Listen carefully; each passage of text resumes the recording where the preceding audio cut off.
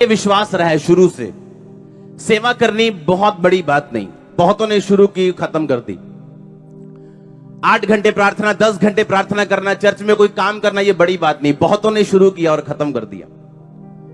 बहुत से सेवक उठे, बड़ी अच्छी सेवकाई की, फिर खत्म हो गए। बड़ी बात यह है कि हमने जो शुरू किया हम अंत तक वैसा ही करते रहे।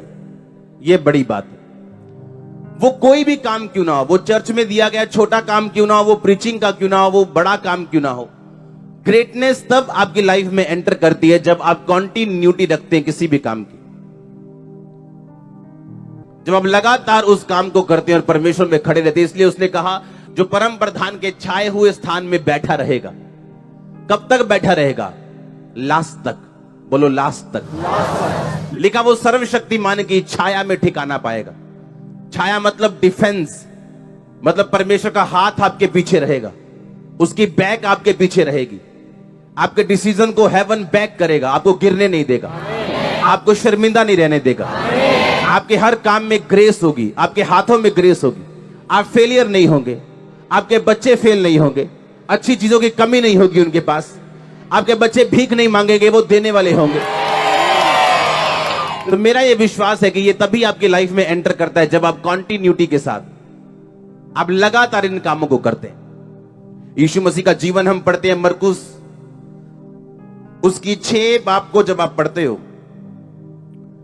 उसमें अलग अलग तरह के मिरेकल दिखाए गए हैं, अलग अलग तरह की चीजें बताई गई।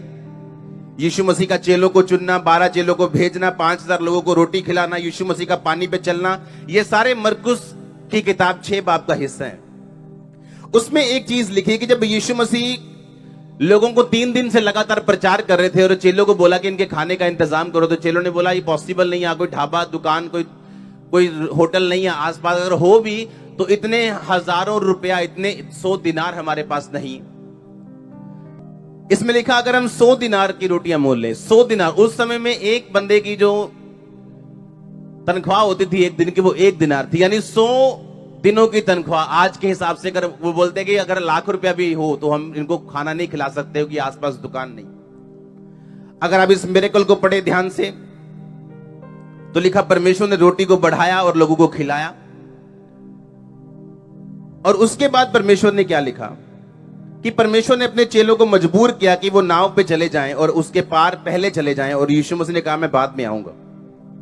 और यीशु मसीह अकेला लोगों के साथ थे, लोगों को मिल रहे थे, लोगों को सी ऑफ कर रहे थे। और उसके बाद लिखा, प्रभु यीशु मसीह प्रार्थना करने के लिए पहाड़ पे चले गए। और जब प्रार्थना खत्म हो गई, जब यीशु मसीह नीचे आए नाव के पार जाने के लिए, पानी के पार जाने के लिए, जहां चेले गए थे, तो नाव नहीं थी, तो यीशु मसीह पानी पे चल के उसके पार जाने लगे।